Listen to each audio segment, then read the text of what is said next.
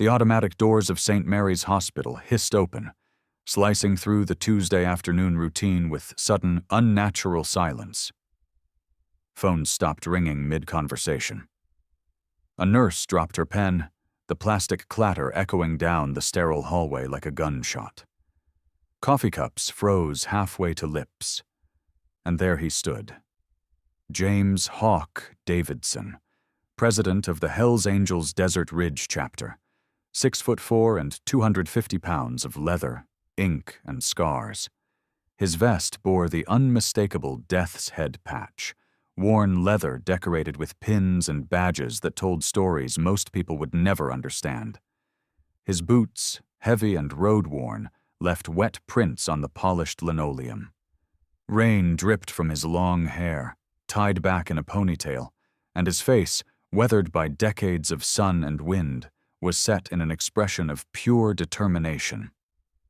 But it wasn't just the biker that froze the emergency room.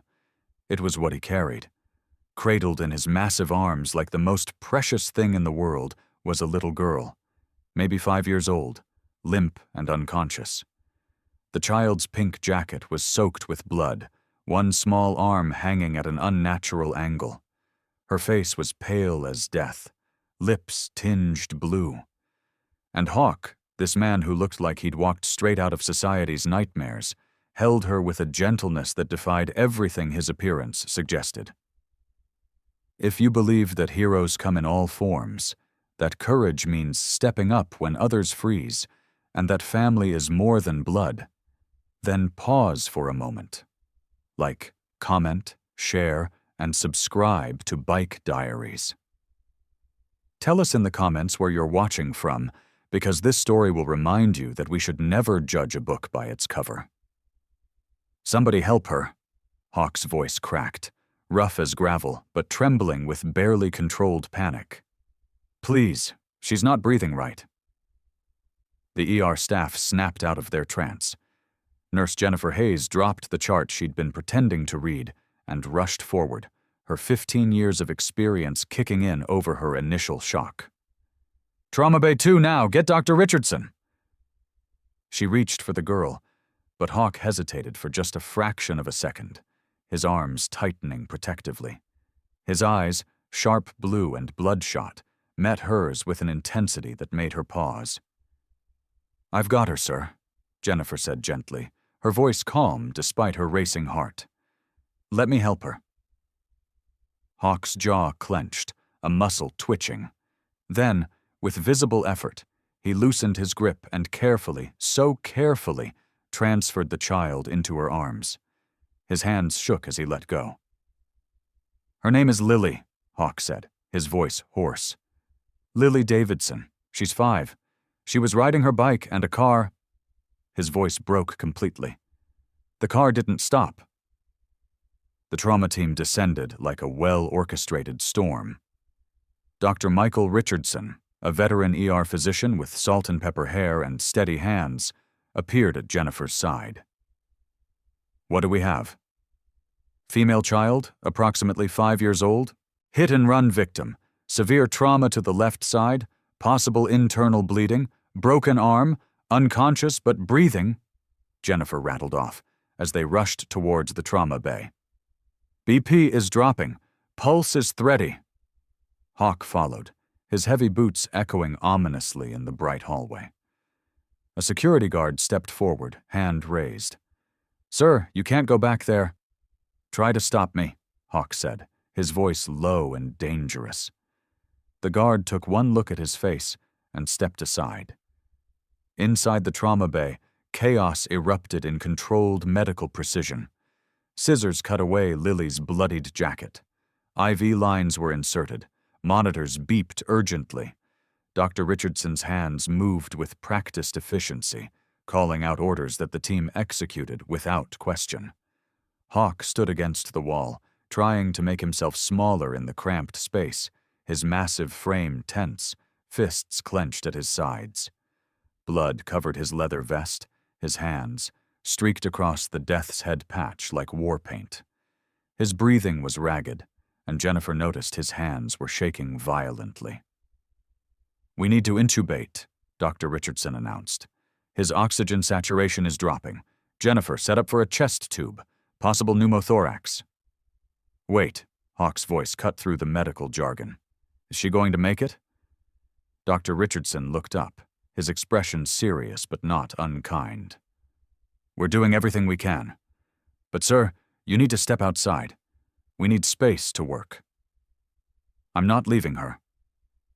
Hawk's voice was firm, final.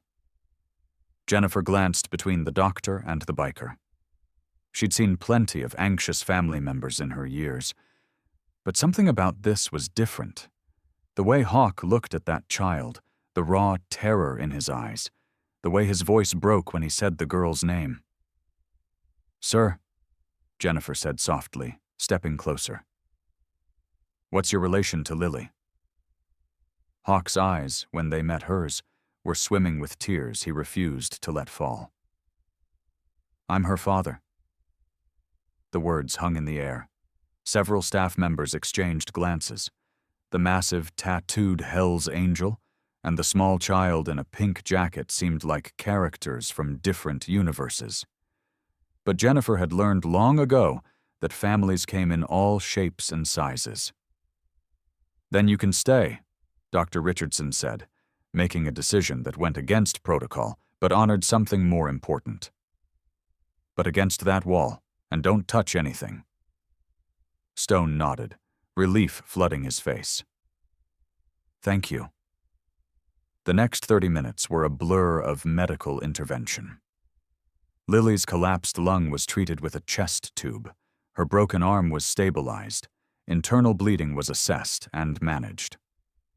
Through it all, Hawk stood like a statue against the wall, his eyes never leaving his daughter, his lips moving in what might have been prayer or promises, or both. Hospital Administrator Diane Foster appeared in the doorway, her expression pinched with concern and something else. Disapproval, maybe, or fear. She gestured to Jennifer. A word. Please, Diane said sharply. Jennifer stepped out reluctantly, leaving Stone alone with the medical team. In the hallway, Diane's professional mask cracked slightly. Do we know who that man is? The child's father, Jennifer said carefully. A Hell's Angel biker, Diane hissed. There are 6 more of them in our waiting room. We've had 3 families asked to be moved to different areas.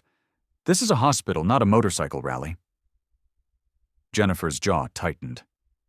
That man just watched his daughter get hit by a car. He carried her here, probably saved her life by acting so quickly. Right now he's a father, terrified for his child. Everything else is noise. Jennifer, no, Jennifer interrupted, her voice firm. I don't care what he looks like or what patch he wears. His son is dying in there, and if you ask me to remove a parent from their child's side during a medical crisis, I will walk out of this hospital and never come back. Diane's mouth opened, then closed.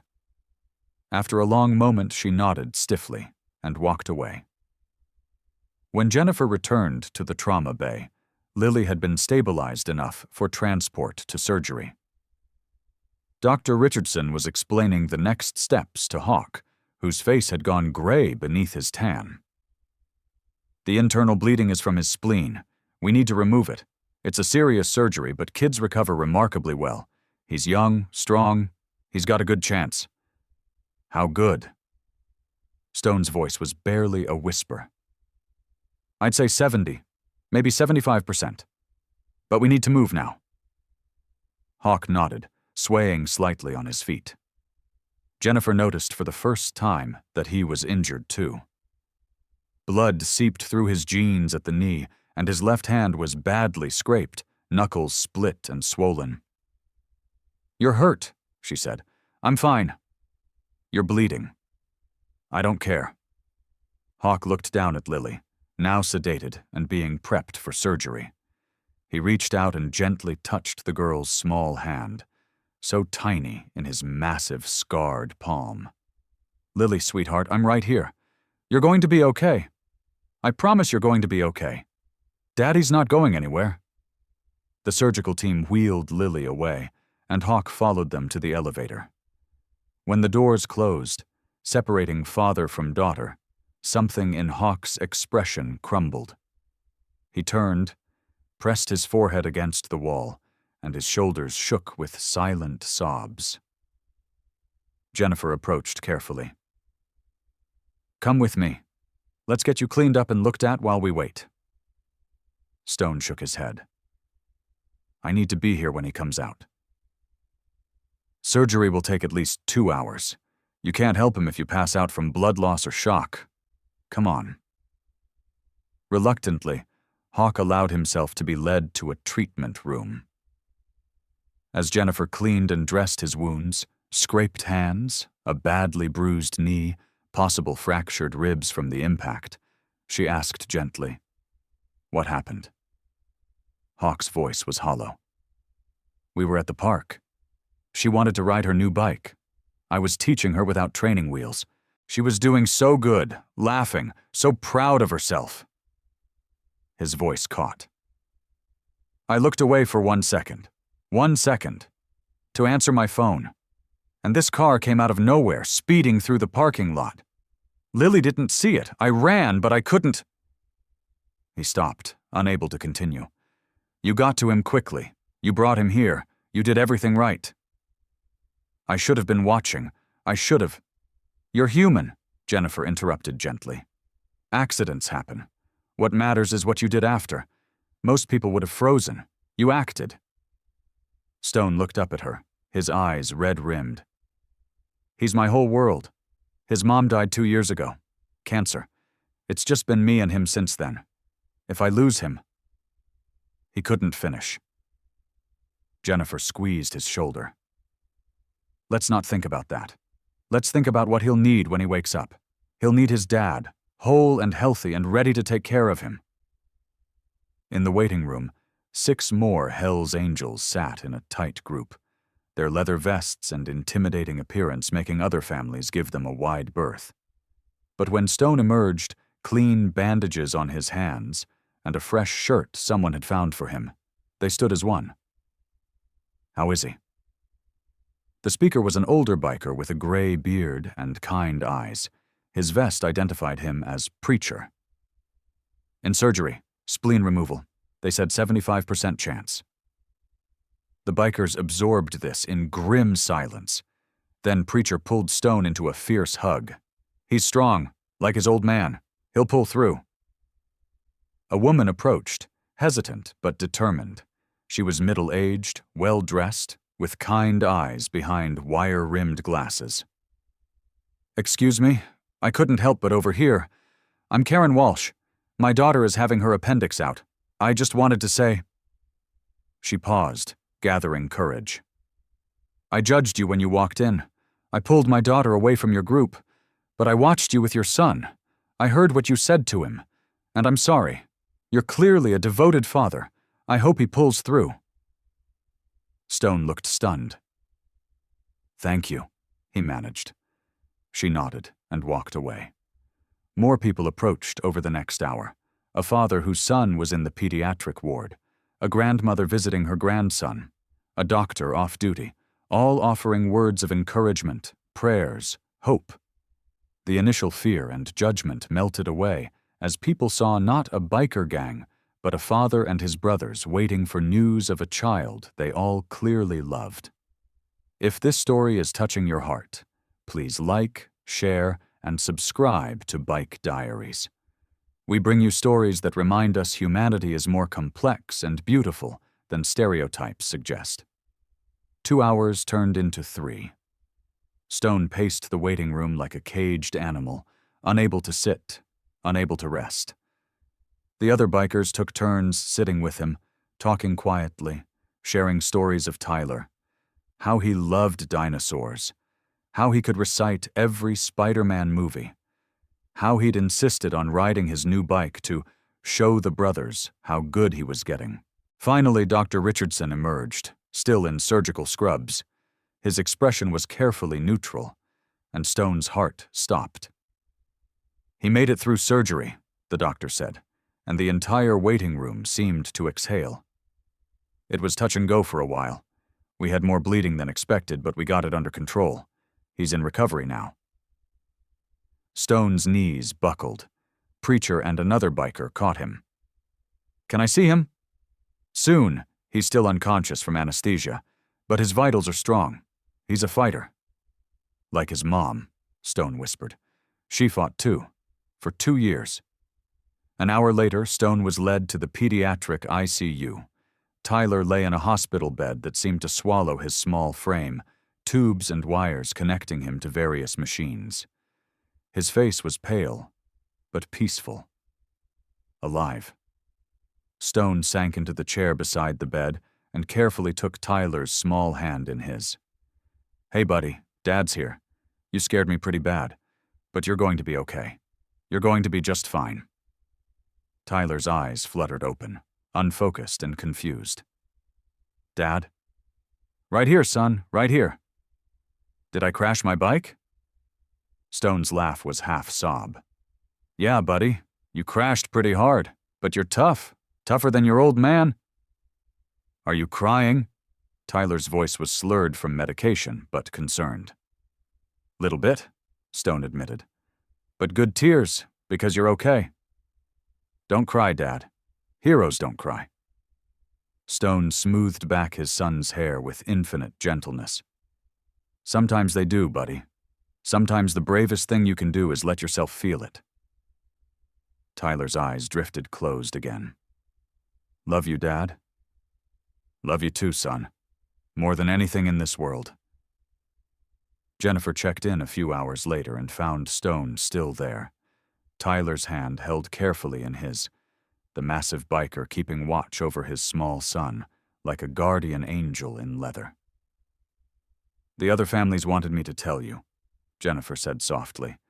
They're praying for Tyler, and they said they're sorry for judging. Stone looked up, surprised. They don't need to apologize. Maybe not. But they wanted to.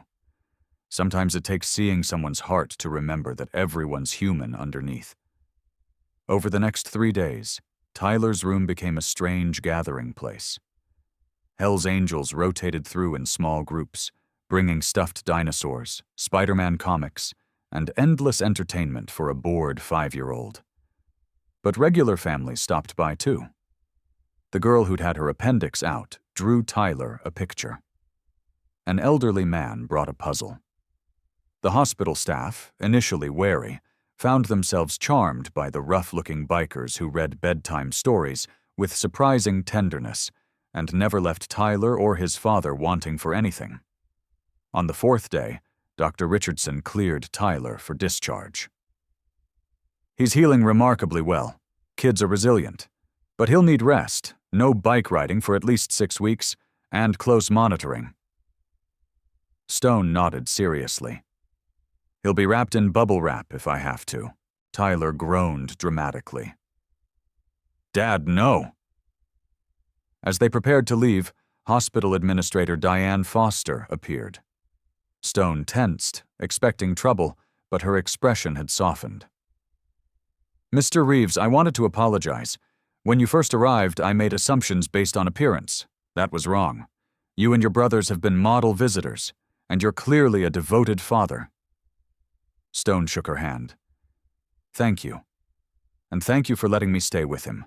I know I broke some rules. Some rules, Diane said with a small smile, are worth breaking. The Hells Angels formed a protective convoy around Stone's truck as they left the hospital.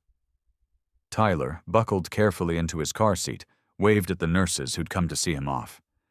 Jennifer stood at the entrance, watching them go. Never would have predicted that, a colleague said beside her. That's the thing about people, Jennifer replied. They'll surprise you if you let them. 3 months later, Tyler was fully healed and back on his bike, this time with Stone never more than 10 feet away. But something had changed in Stone, too.